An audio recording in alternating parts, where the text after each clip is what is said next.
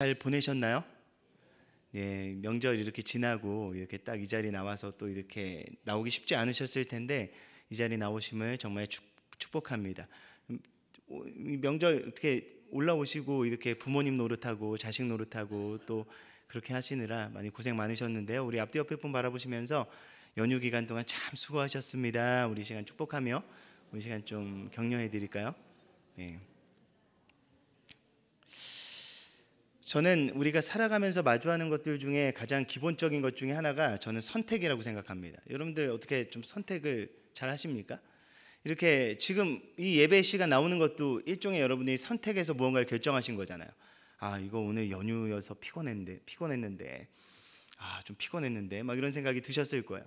저도 이제 저희 부모님 댁을 들렸었는데요. 이게 들릴 때마다 한편으로는 너무 기쁘면서도 죄송한 부분들이 있어요. 아시다시피 제가 아들이 둘이거든요.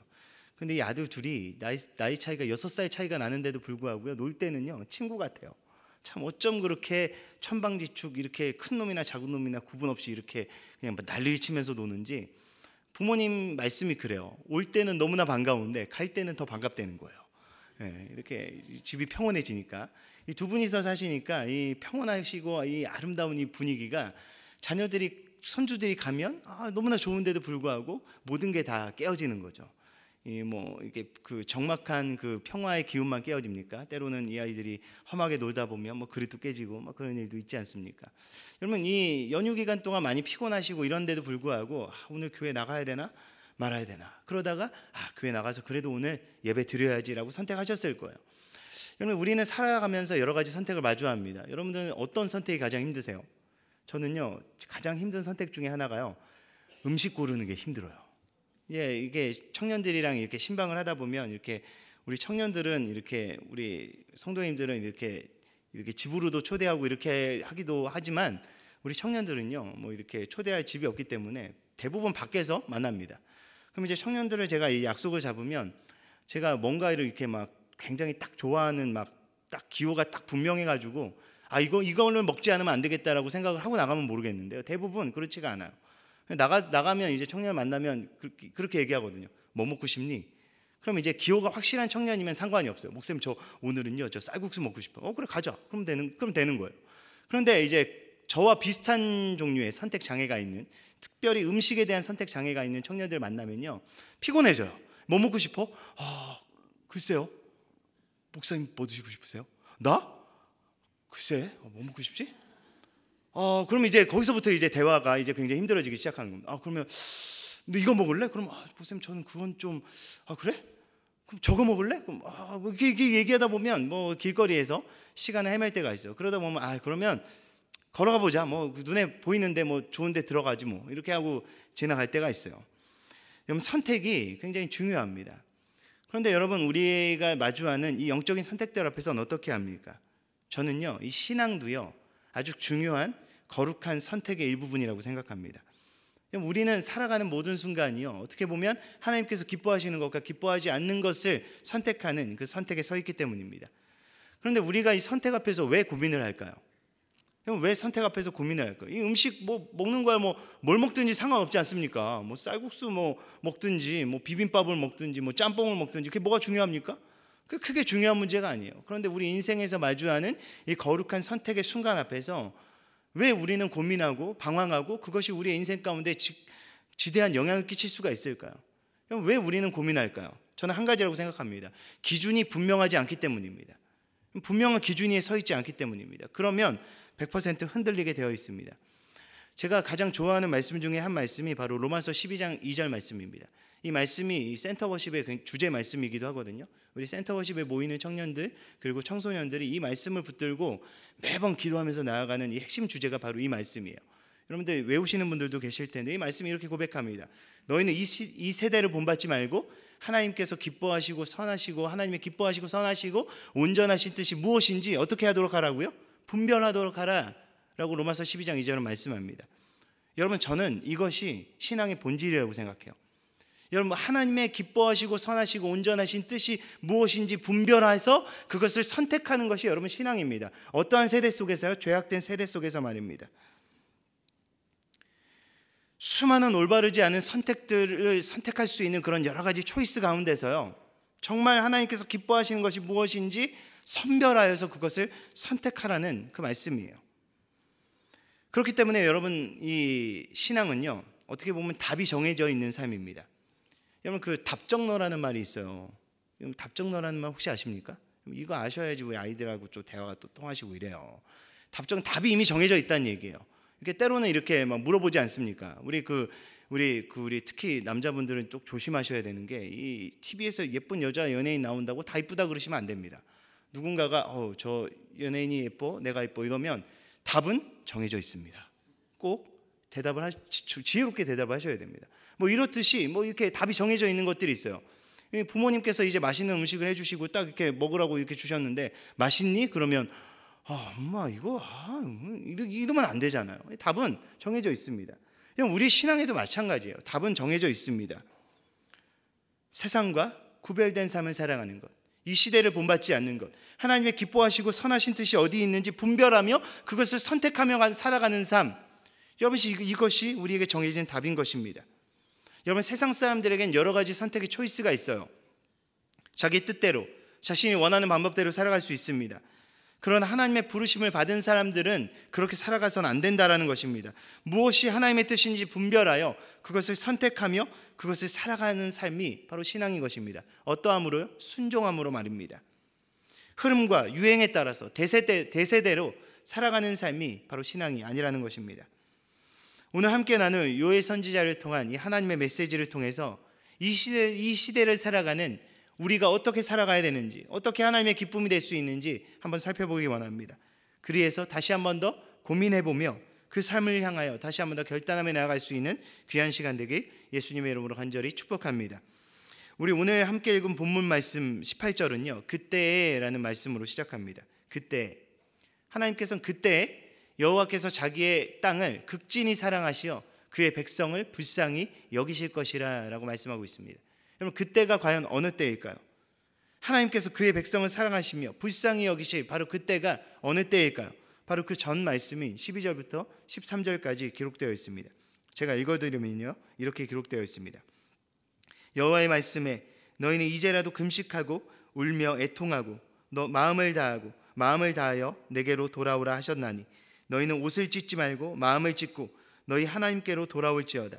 그는 은혜로우시며 자비로우시며 노하기를 더디하시며 인애가 크시사 뜻을 돌이켜 재앙을 내리지 아니하시나니. 여러분, 호세아 선지자가 선포했었던 이 핵심 주제 내용과 똑같은 말씀입니다. 요에서도요, 표현만 다를 뿐이지 이 핵심 주제는 바로 여호와 하나님께 돌아오라는 것입니다. 잘못 가고 있는 그 길을 돌이켜서 하나님께 마음을 다하고 뜻을 다하여 하나님을 바라보라는 것입니다. 그런데 무엇을 동반하라고 이 요엘 선지자는 이야기합니까? 바로 금식과 애통함입니다. 마음을 다하여 하나님 앞에 돌아가는 행위입니다. 밥을 먹지 않고 애통한 심정으로 하나님께 나아가는 것입니다. 바로 이러한 마음을 다하여 하나님께 돌아가는 신앙이 필요하다라는 것입니다. 왜요? 지금 우리는 죄악된 세상의 한복판에 살고 있기 때문입니다. 본받지 말아야 될 이 세대 흐름 속에 살아가고 있기 때문입니다. 죄악된 세상에서요, 마음을 지키는 것이 너무나 어렵습니다. 하나님을 부인하는 시대 속에서 우리의 신앙과 마음을 지키는 것이 너무나 어렵기 때문입니다. 그렇기 때문에 잠언 말씀이 생명의 근원이 솟아나는 이 마음을 지키는 것이 가장 중요하다고 이야기하는 거 아니겠습니까? 그런데 우리는 하나님을 믿는다고 하면서도요, 너무나 쉽게 세상을 따라가며 그것에 영향을 받습니다. 남들 다 그렇게 사니까 그렇게 사는 것이 정답인 줄 착각합니다. 하나님께서 과연 무엇을 기뻐하실지에 대해서 고민하지 않습니다. 하나님께서 원하시는 삶이 아니라 내가 원하는 삶을 살아가면서 하나님께는 복만을 구합니다. 여러분, 과연 이것이 신앙생활이겠습니까? 여러분, 이것이 믿음이겠습니까? 여러분, 이렇게 살아가는 것이 믿음이라면 무언가 잘못되어 있는 것 같지 않습니까? 내가 주인인 삶을 살아가면서 필요할 때만 하나님 앞에 엎드리고 나의 필요한 것만을 구하는 것은, 여러분, 이것은 신앙이 아닙니다. 성경은요, 끊임없이 하나님께로 돌아가서 하나님의 마음이 무엇인지 살피고 그 뜻을 행하라고 이야기합니다. 그렇기 때문에 무너진 마음, 하나님으로부터 멀어진 마음, 세상에 물든 마음을 다 내려놓고 하나님께로 돌아오라고 요엘 선지자는 선포하는 것입니다. 여러분, 어떻게 돌아와야 한다라고 이야기합니까? 옷을 찢지 말고 마음을 찢으며 전심으로 돌아오라고 이야기합니다. 저는요, 이 요엘의 선지자의 선포가요, 이 말씀을 딱 읽는 순간 마음에 팍 꽂혔어요. 여러분, 옷을 찢지 말고 마음을 찢어라. 여러분, 이 말씀이 여러분에게는 어떻게 다가오십니까? 여러분, 이것이 친정으로 우리가 돌이켜야 될 마음입니다. 그런데 우리는 너무나 쉽게 나와서 옷을 찢는 신용만 합니다. 마음을 찢고 하나님 앞에 애통하는 심정으로 금식하며 울부짖으며 우리의 모든 것이 변화되기 위해서 하나님 앞에 나아가는 것이 아니라 그저 하나님 앞에 회개하는 신용, 하나님 앞에 돌이키는 신용, 그 상황을 모면하려고 하는 신용만 한다는 것입니다. 옷이 아니라 마음을 찢는다는 표현만큼 적나라한 표현이 있을까요? 그런데 여러분, 이 표현처럼 이러한 몸부림이, 실제적인 몸부림이 우리에겐 필요합니다. 여러분, 한번 돌이켜 보십시오. 마음을 찢으며 회개하며 하나님 앞에 나갔었던 순간이 언제입니까? 내 자신을 돌아보며 내 부족함과 연약함을 내어놓고 하나님 한 분만을 구하며 진실되게 그분을 구하며 나아갈 때가 언제입니까? 여러분, 이것을 잃어버리면, 이것이 무너지면 여러분 다 무너지는 것입니다. 저도 이제 목사이지만 저는요, 이렇게 교회 생활 오래 하고요, 목사 되고 이러면 신앙생활이 잘 이루어지는 줄 알았어요. 대부분 다 그렇게 살아갈 거예요. 그렇지만요, 여러분, 아무리 하나님께서 저에게 맡겨주신 그 부르심이 커지면 커질수록요, 정말 이렇게 하나님 앞에 금식하며 애통하는 마음으로 정말 옷이 아니라 마음을 찢으며 나아가는 이 신앙의 본질을 회복하며 나아가는 이 몸부림이 없이는요, 하나님께서 저에게 주신 그 부르심을 감당할 수가 없더라고요.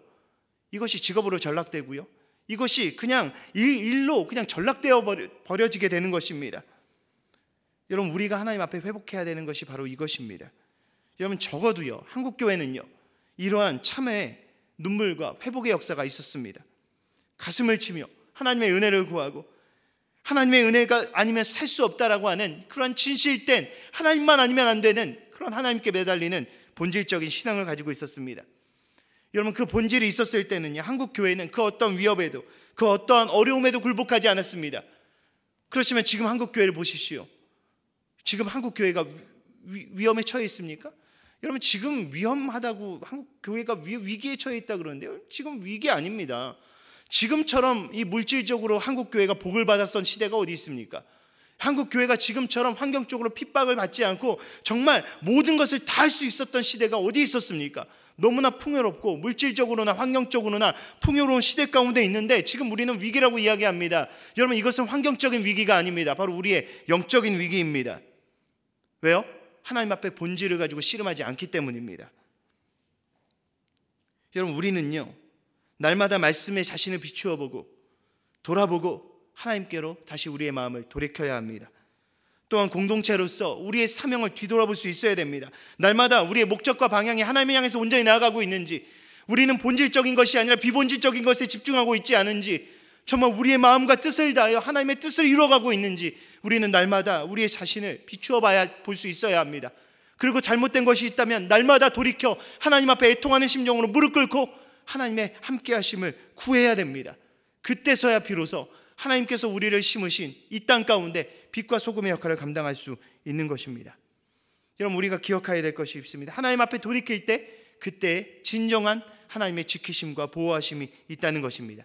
계속해서 오늘 말씀을 이야기합니다. 19절부터 20절입니다. 제가 읽어드리면요, 이렇게 고백합니다. 여호와께서 그들에게 응답하여 이르시기를 내가 너희에게 곡식과 새 포도주와 기름을 주리니 너희가 이로 말미암아 흡족하리라.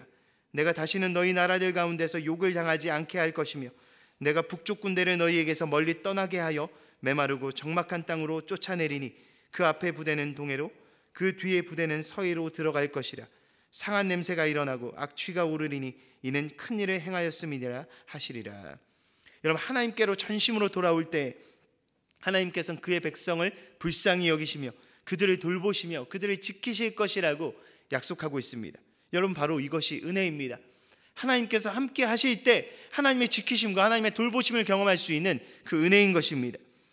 여러분, 곡식과 새 포도주는요, 하나님께서 주시는 그 풍성한 은혜를 비유로 나타내는 그런 표현하는 그런 단어입니다. 북쪽 군대는요, 그동안 이스라엘을 역사 가운데 위협했었던 그 수많은 제국들을 의미합니다. 이스라엘의 정세는요, 너무나 급박하고 너무나 다가올 환란이 너무나 커 보이고 그들이 감당할 수 없을 것처럼 보이지만 지금에라도 하나님께 간절히 돌아오면 하나님께서 그 모든 것을 붙들어 주시고 그 모든 것을 해결해 주시겠다라고 약속하시는 것입니다. 여러분, 문제가 아니라 바로 하나님과의 관계가 바로 문제라는 것입니다. 모든 것의 해결됨은요, 바로 이 하나님과의 관계에 있다는 것입니다. 그러면서 하나님께서 이스라엘 백성에게 요구하시는 것이 한 가지가 더 있는데 바로 21절입니다. 21절을 보면요, 이렇게 기록되어 있습니다. 땅들아, 두려워하지 말고 기뻐하며 즐거워할지어다. 여호와께서 큰 일을 행하셨음이로다. 여러분, 하나님께서는 그의 백성들에게 두려워하지 말고 기뻐하며 즐거워할 것을 명령하십니다. 여러분, 하나님께서는 언제나 두려워하지 말고 믿음을 가지라라고 말씀하십니다. 여러분, 이는 왜 그럴까요? 바로 우리가 믿음을 가지는 데 있어서 가장 큰 두려움, 가장 큰 장애물은요, 우리를 올가매는 환경, 우리를 적대시하는 환경이 아니라 바로 우리 내면에 있는 두려움이기 때문입니다. 여러분, 풍랑 위를 걷던 베드로를 생각하시면 여러분, 이 상황이 너무나 쉽게 이해가 됩니다. 여러분, 풍랑 위를 걷던 베드로가 물에 빠지잖아요. 왜 빠졌나요? 바람이 세게 불어서 빠졌나요? 그가 이렇게 신었던 신발이 좋은 신발이 아니어가지고 물에 빠졌나요? 아니에요. 예수님만 바라보고 그가 물 위를 걸을 때는 물에 빠지지 않았습니다. 물 위를 걸었어요. 그런데 그가 주변 소리에 귀를 기울이고 이 무서운 폭풍 소리에, 바람 소리에 두려운 마음이 들자 그의 마음 가운데 두려움에 휩싸였을 때 그는 물에 빠졌다는 것입니다. 여러분, 예수님께서는 물에 빠진 베드로에게 믿음이 없는 자, 아유 넌 왜 이렇게 믿음이 없어, 맨날 이렇게 혼내지 않으셨어요. 믿음이 적은 자요, 이렇게 베드로에게 말씀하셨어요. 믿음이 적다고 표현하셨습니다. 믿음은 있었어요. 물 몇 걸음 걸을 수 있는 그런 믿음은 있었던 거예요. 그렇지만 그 믿음을 지켜나갈 수 있는 그 믿음이 너무나 적었다는 것입니다. 여러분, 우리도 마찬가지예요. 우리도 믿음이 없지 않습니다. 우리 믿음이 있습니다. 그러니까 여러분, 이 연휴 기간에도 이렇게 나오셔가지고 예배 드리는 거 아닙니까? 하나님의 살아계심을 알고요, 하나님께서 우리를 얼마나 사랑하시는지도 알고요, 하나님께서 우리를 지키고 보호하신다라는 사실을 우리가 믿음으로 압니다. 그런데요, 그 믿음이 적기 때문에 너무나 쉽게 두려움에 휩싸인다는 겁니다. 그런데 오늘 본문에서는요, 요엘은요, 두려워하지 말고 기뻐하고 즐거워하라라고 선포하고 있습니다. 바로 하나님을 섬기는 자들, 하나님의 부르심을 받은 자들, 모든 환경 속에서 그들이 반응해야 되는 반응은 한 가지라는 것입니다. 기뻐하고 즐거워하는 것을 한 단어로 표현하면 무엇입니까? 저는 찬양이라고 생각합니다. 찬양이에요, 찬양. 여러분, 바울과 실라 앞에서 이 문제를 찾을 수 있어요. 바울과 실라가 문제 앞에서 찬양하잖아요. 여러분, 그때가 찬양할 수 있는 환경이 아니었어요. 바울과 실라는 원래 다른 곳으로 가려고 그랬거든요. 근데 하나님께서 성령의 감동과 환경을 막으시면서 이쪽 길로 가라 그러세요.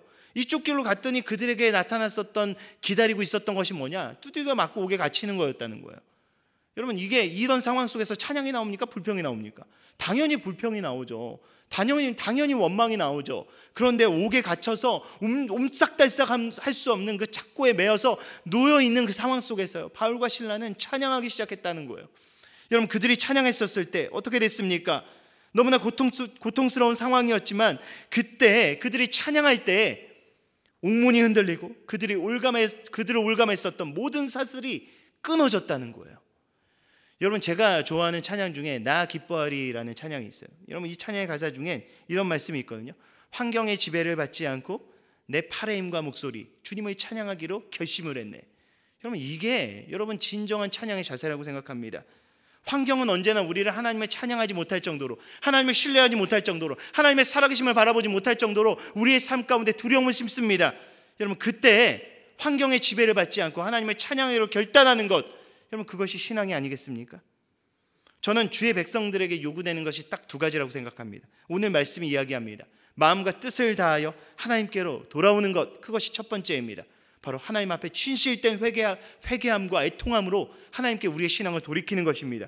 그리고 돌이켰다면 반드시 따라와야 되는 믿음의 반응이 있는데 그것이 무엇이냐? 바로 기뻐하며 즐거워하며 찬양하는 마음으로 하나님을 신뢰하고 하나님을 따라가는 것입니다.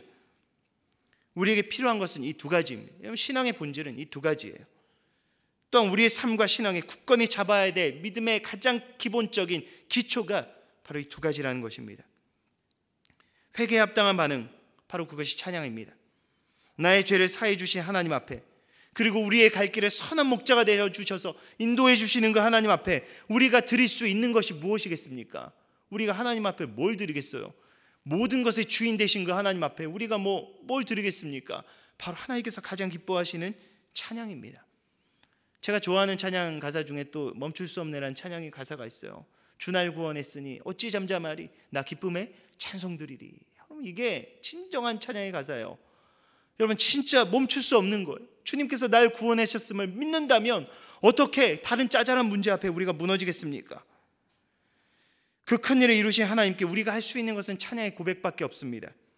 그 누구도 해결할 수 없었던 죄의 문제, 인간의 그 어떤 노력으로도 도달할 수 없는 그 구원의 문제를 자신의 아들을 보내시면서까지 우리를 사랑하셔서 우리를 해결해 주신 그 하나님께서 우리를 여전히 사랑하시며 선한 목자가 되어주셔서 우리의 삶을 돌보신다는데 어떻게 우리가 눈앞에 있는 어려움 때문에 무너질 수 있겠습니까? 과연 그 어떤 환경이 하나님의 인도하심을 과연 막을 수가 있겠습니까? 여러분, 환경의 지배를 받는 것이 아니라, 우리를 두려움 속에 몰아넣는 그 상황의 지배를 받는 것이 아니라, 모든 상황 속에서 우리를 가장 선하게 인도하시는 그 하나님을 향한 진실된 찬양을 올려드릴 수 있는 우리 모두가 되게 예수님의 이름으로 축복합니다. 이런 회개와 찬양으로 나아갈 때 하나님께서는 우리에게 넘치는 복을 주신다라고 약속하셨는데요, 여러분, 바로 23절 말씀입니다. 23절 너무나 중요한 말씀인데요, 우리 시간 좀 같이 한번 읽어볼까요? 23절 말씀 함께 읽겠습니다. 시작. 시온의 자녀들아, 너희는 너희 하나님 여호와로 말미암아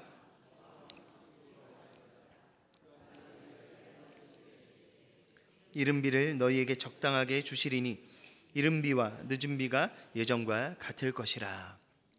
여러분, 여기서 하나님께서 우리에게 주시는 은혜를요, 이른 비와 늦은 비로 표현하고 있습니다. 여러분, 이것을 이해하기 위해선 이스라엘의 기후와 지역적인 특색을 여러분 먼저 이해해야 되는데요, 우리는 농사를 언제 짓습니까? 우리는 봄에 이렇게 해가지고 봄과 여름이 중요하잖아요. 그리고 가을에 추수를 하지 않습니까? 그런데요, 이스라엘 지역은 그 반대예요. 이스라엘은 농사를 지을 때요, 일반적으로 가을에 시작해서요, 봄에 그것을 거두어 들였다라고 합니다. 건기와 우기가 분명한 이스라엘은요, 여름에는요, 고온 건조한 그런 아주 심한 그 열풍이 불어와서요, 작물이 자라지 못하는 거예요. 그리고 겨울에는 강수량이 많았기 때문에요, 이 겨울 시즌에 정말 이것을 막 자라나게 하고 수확하지 않으면 안 됐다는 거예요. 그렇기 때문에 일반적으로 봄에 씨앗을 뿌리면요, 고온 건조한 그 여름바람이 뜨거운 공기와 함께 몰아쳐서 식물이 버티지 못했다라고 이야기합니다. 다 말라 비틀어 죽는 거예요. 그렇기 때문에 이 여름의 그 뜨거운 기간이 지나가고요, 10월 말에서 11월 경이 되면요, 서늘한 바람과 함께 비가 내리기 시작했다라 그래요. 메마른 이 쫙쫙 갈라진 대지와 같은 곳에 다 비가 내리는 거예요. 여러분, 이 비가 바로 이른 비라고 표현하는 거예요. 대지 같은, 정말 그냥 쫙쫙 갈라진 이 마른 땅에 내리는 비, 이른 비, 또는 가을 비라고 표현했다라고도 합니다. 그리고 이 우기가 그때부터 시작해서 내리는, 이 우기가 끝나는 시점에 내리는 비를, 마지막 정도에 내리는 비를 늦은 비라고 표현했다라고 이야기해요. 여러분, 농사가 잘 되기 위해서는요, 이스라엘 지역에서는 이른 비와 늦은 비가 정말 잘 내려야 됐다라고 합니다. 여러분, 여름 내내 바짝 말라버린 그 땅에 여러분 씨를 뿌리는 농부의 심정을 한번 생각해 보세요. 여러분, 그 땅이 충분히 젖고 그 땅에 충분히 그 영양분이 공급되지 않으면 농작물이 자랄 수 있겠습니까? 자라지 못하는 거예요. 그렇기 때문에 이 마른 땅을 바라보면서 이 이른 비가 내리기를 간절히 바라는 이 농부의 심정이 그 당시에 어땠겠습니까? 여러분, 그것뿐만이 아니라 늦은 비도 굉장히 중요했다 그래요. 왜냐하면 늦은 비도 충분히 잘 내려주어야 그 당시 있었던 곡실의 질과 양에 엄청난 영향을 줄 수 있는 것이 바로 이 늦은 비였기 때문에, 이 늦은 비와 이른 비가 온전하게 내리지 않고서는 이 농사를 이야기할 수 없을 정도로 너무나 중요했던 단비였다라는 거예요. 그렇기 때문에 여러분, 여기서 이야기하는 이른 비와 늦은 비는요, 하나님께서 때에 맞게 내려주시는 그런 축복을 상징하는 것입니다. 여러분, 오늘 본문을 살펴볼 때요, 이른 비와 늦은 비를 내려주시는 그 주권이 어디 있습니까? 어디 있죠? 하나님께 있어요. 여러분, 이 백성들이 원하기 때문에 하나님께서 내려주시는 게 아니라요, 하나님께 있다라는 거예요. 하나님께로부터 옵니다. 여러분, 축복과 은혜는요, 하나님께로부터 오는 거예요. 그의 백성들이 하나님께 마음을 돌이켜 회개하고 하나님을 전적으로 신뢰하며 나아가고 하나님을 전적으로 믿는 그 믿음으로 찬양하는 삶을 살아나아갈 때 하나님께서 주시는 축복입니다. 결국 하나님께서 허락하시는 복은요, 하나님과의 진실된 관계 안에서만 누릴 수 있는 그의 백성된 자로서의 축복 특권이라는 것입니다. 그런데 이스라엘 백성들은요, 이 하나님과의 관계 안에 거하는 것보다 다른 방법 안에서 그들에게 내려지는 그 축복을 얻으려고 했어요. 여러분, 이것은 인류 역사 가운데 계속해서 반복해 오던 사건이었습니다. 하나님을 거부하고 하나님을 떠나갔었던 사람들이 자신들만의 문명을 건설해서 하나님을 대적합니다. 여러분, 그 대표적인 사람이 여러분 가인이에요. 여러분, 가인은 어떤 사람이었습니까? 가인은요, 하나님의 대적자가 아니었어요. 자, 비록 자신의 아우를 때려서 죽이기는 했지만요, 그때 하나님께서 직접 찾아오셔서 가인에게 말씀해 주셨잖아요. 여러분, 성경의 기록대로 믿는다면 여러분, 가인은요, 하나님을 대면하였던 자였고요, 하나님의 음성을 들었었던 자였습니다. 그렇지만 그의 후손들이 하나님을 믿는 사람들로 세워집니까? 아니에요. 왜요? 가인이 스스로 선택하여 하나님을 떠나기로 작정했기 때문입니다. 성을 세워가고요, 자신의 문명을 건설하고요, 하나님을 부인합니다. 자신의 자손들에게 하나님의 살아계심을 증거하는 것을 포기해버립니다. 여러분, 노아의 아들들은 어땠습니까? 이스마엘은 어땠습니까? 하나님의 살아계심을 직접 본 사람들이었습니다. 하나님의 살아계심을 눈으로 경험했었던 출애굽 세대들은 어땠습니까? 하나님의 기적과 같은 인도하심으로 가나안 땅에 정착했었던 이스라엘 백성들은 어땠습니까? 모두가 다 하나님의 살아계심을 경험하였지만 의도적으로 하나님을 외면하는 신앙으로 타락해버렸습니다. 여러분, 이스라엘 백성들도 마찬가지였습니다. 하나님께서 요구하시는 것은요, 그분의 관계 안에 들어와서 이제는 하나님과 함께 하는 것이었지만 그들은 더 쉽고 더 편하고 그들의 인생 가운데 주는 즐거움을 쫓아갔다는 거예요. 여러분, 그들이 추구했던 가장 대표적인 방법이 바로 우상 숭배였어요. 이스라엘 백성들을 끊임없이 괴롭혔던 바알 숭배는요, 바로 이 비와 밀접하게 관련되어 있다는 거예요. 이스라엘의 농경사회에서 간절히 그들의 삶의 질적인 것과 양적인 것과 정말 빼놓을 수 없었던 필수적인 요건이었던 그 비와 연관된 그 우상이 바로 바알신이었다는 겁니다. 바알과 아세라는요, 그들이 원하는 방법대로 조금 더 편하고 자극적으로 비에 대한 그들의 욕구를 충족시켜 주었던 그런 우상이었습니다. 그 당시에 이런 미신적인 제의는요, 우리의 상상을 초월합니다. 이 바알이 남신이고 아세라가 여신이거든요. 이들이요, 이 남신과 여신이 이렇게 성적인 이들의 관계를 맺을 때 풍요롭게 비가 내리고 곡물이 풍성해진다고 이 사람들이 그렇게 생각했다라는 거예요. 그렇기 때문에 그들의 신전 안에는요, 공식적으로 여사제와 남사제를 두어서요, 그 당시 제사를 드리러 오는 사람들이 그들에게 제사의 그런 제물을 그들이 바쳤을 때 그들과 관계를 맺게 함으로써요, 정말 자신들의 신을 흥분하게 하는 그런 말도 안 되는 이런 일들을 벌여들였다는 거예요. 여러분, 이것이 그들이 행했었던 그 제사의 방식이었습니다. 고대 근동에 이러한 이들이 가지고 있었던 이 모든 신앙이요, 신앙을 가장한 성적인 타락과 동성애의 문제와 모든 물질적인 타락, 모든 것이 이 안에 있었다라는 거예요. 우상 숭배의 근원에는요, 인간 내면에 있는 물질과 성과 모든 것에 대한 타락이 그 근본에 자리 잡고 있었다라는 것입니다. 여러분, 참 이해가 되지 않지 않습니까? 하나님을 유인신으로 섬기는 나라에서, 그 민족에서 그 사람들이라는 사람들이 왜 끊임없이 침투하는 이 바알 문화를 뿌리 뽑지 못했을까요? 바로 비를 향한 인간의 그릇된 열망 때문이었습니다. 여러분, 이거 고대 근동의 문제뿐만이 아닙니다. 이 신약 시대에 넘어와서도요, 무수하게 이 고대 그리스에 나타났었던 신들, 이 로마 신전 가운데서 나타났었던 이 모든 문화들이요, 이 바알 숭배했었던 이 신전의 문화와 일맥상통하는 그런 문화로 나타났었습니다. 얼마나 성적으로 타락하고 얼마나 물질적으로 타락하고 정말 하나님의 마음을 아프게 하는 그런 시대적인 흐름이 그 당시에 있었다라는 것입니다. 여러분, 지금은 어떻습니까? 인간의 내면을 끊임없이 타락한 욕망을 대신하기 위한 그런 우상들은 끊임없이 시대를 막론하고 등장해 왔습니다. 지금 이 시대에도요, 동일하게 존재합니다. 눈에 보이는 형상이 우리를 지배하진 않지만 하나님보다 더 달콤하고 두려운 존재로 우리의 삶을 실질적으로 지배하는 우상이 있다는 것입니다. 여러분, 우리가 기억해야 될 것은요, 하나님께서는 비 자체를 축복으로 여기지 않으셨다는 거예요. 하나님 자체가 축복이고 하나님께 거하는 것이 축복임을 말씀하십니다. 그리고 하나님 안에 거할 때 하나님께서 거저 주시는 선물로서 비를 그들에게 허락하셨던 것입니다. 그런데 이스라엘 백성들은 뭐를 축복으로 여겼어요? 비를 축복으로 여겼다라는 거예요. 비가 곧 축복이고요, 그리고 비가 그들에게 주시는 은혜라고 생각했다는 것입니다. 그렇기 때문에 하나님이 아니라 그들은 비에 집착했고 비를 찾고 구하는 그 신앙으로 전락해버렸다는 것입니다. 여러분, 하나님께서 원하시는 것은요, 하나님을 바라보고 하나님 안에 거하는 것이었습니다. 비는 그것을 이루어가는 도구, 하나님께서 허락하시는 도구일 뿐이었지 그것이 주인이 될 수 없었습니다. 그런데 이스라엘 백성은 그것이 비를 주인으로 여기는 삶으로 살아갔던 것입니다. 지금 우리도 마찬가지예요. 하나님이 빠진 축복은 축복일 수 없습니다.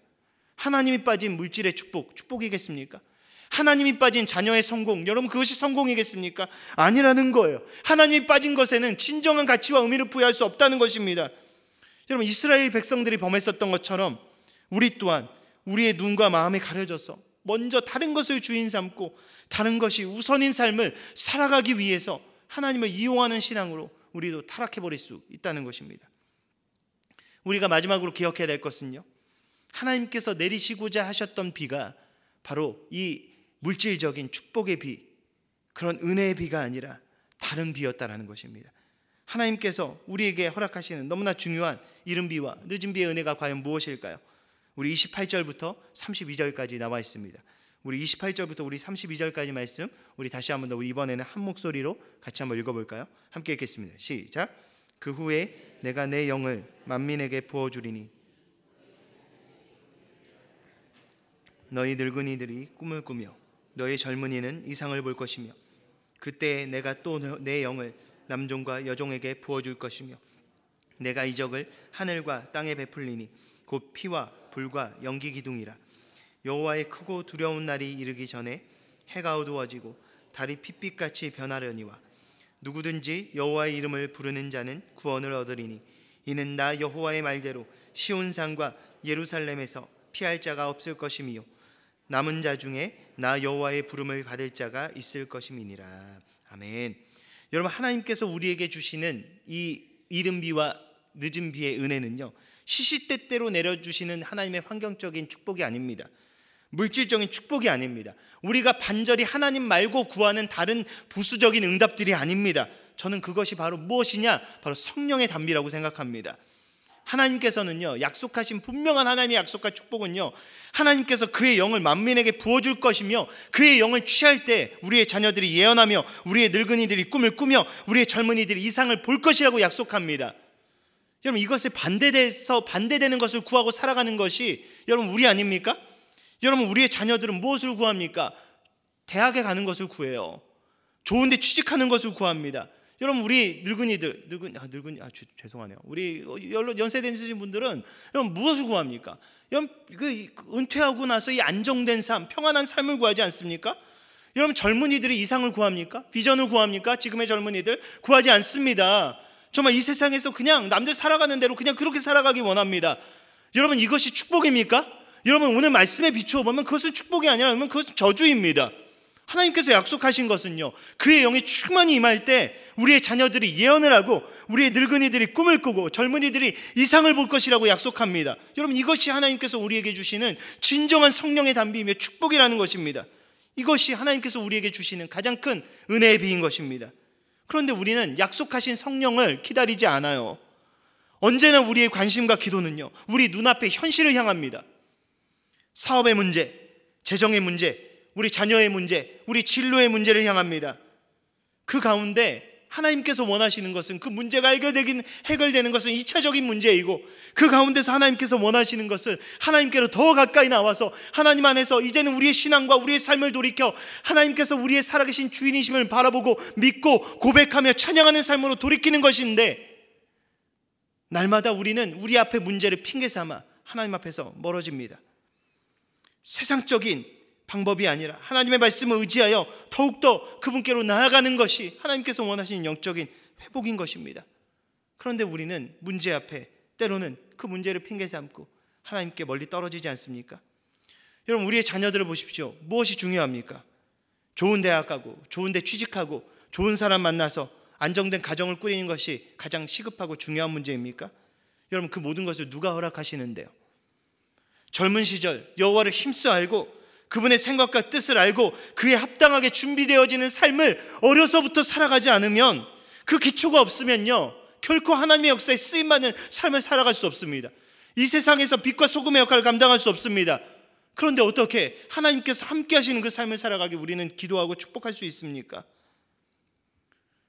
하나님과 상관없이 살아가는데, 그런 기초 위에 쌓여가는데 어찌 하나님의 뜻을 이루어가는 삶을 살아갈 수 있겠습니까?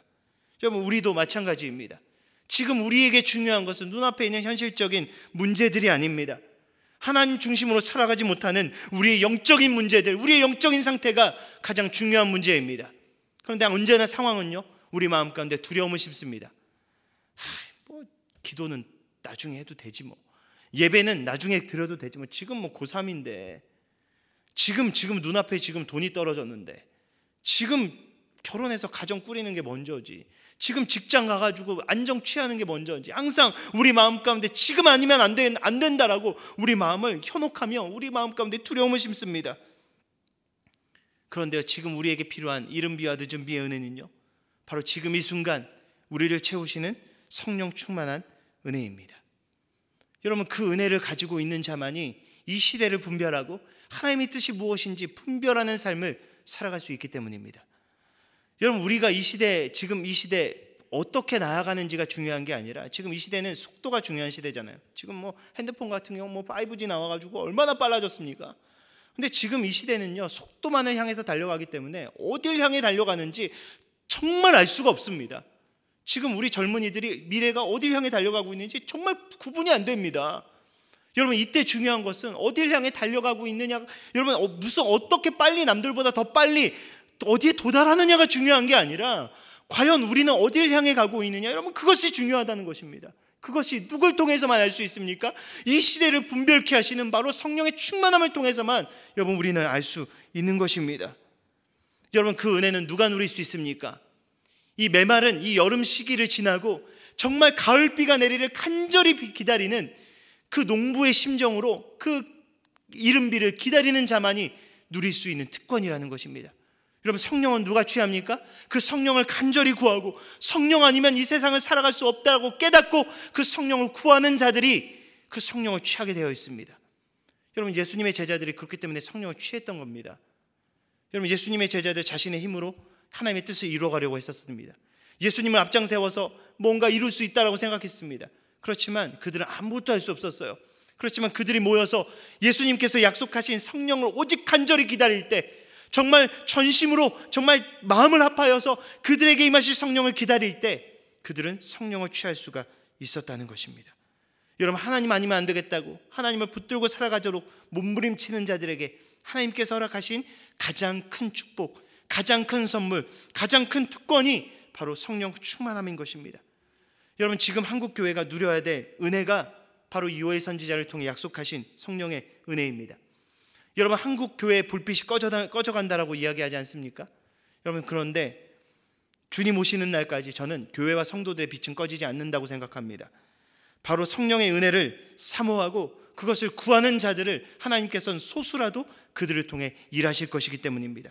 그렇기 때문에 우리가 구해야 될 것은 꺼져가는 이 시대를 보면서 한탄하는 것이 아니라, 우리 가운데 무너진 우리의 영적인 마음을 회복하고 우리의 영적인 상태를 회복하여 하나님께서 우리에게 주신 그 사명을 다하는 데 있다는 것입니다.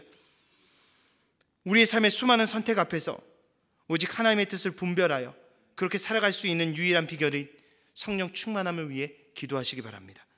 오늘 이 밤 다시 한번 더 우리의 삶을 붙들어 주셔서 하나님께서 허락하신 가장 큰 축복, 성령 충만함으로 이제는 다시 한 번 더 하나님 중심의 삶으로 온전히 살아갈 수 있는 우리 모두가 되기 예수님의 이름으로 간절히 축원합니다.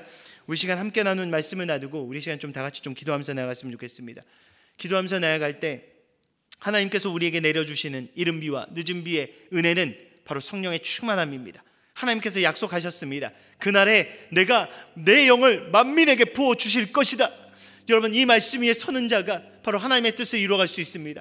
바로 한국교회가 이 말씀 위에 섰을 때, 하나님의 성령의 충만함을 경험했을 때 그 모든 것을 감당할 수 있었습니다. 우리 시간 우리가 가지고 나온 문제 모두 다 내려놓고 먼저 하나님의 충만하신 임재하심을 구하기 원합니다. 우리의 잘못된 방향 내어놓고 마음을 찢고 애통하는 마음으로 하나님께 회개하시기 바랍니다. 그리고 우리의 삶을 주님의 성령 충만함으로 채워주시길 간절히 구하시기 바랍니다. 그때 하나님의 뜻이 우리의 삶 가운데 이루어질 것입니다. 우리 시간 다 같이 주여 한번 부르고 간절한 마음으로, 하나님, 우리가 애통하는 마음으로 주님의 성령을 구합니다.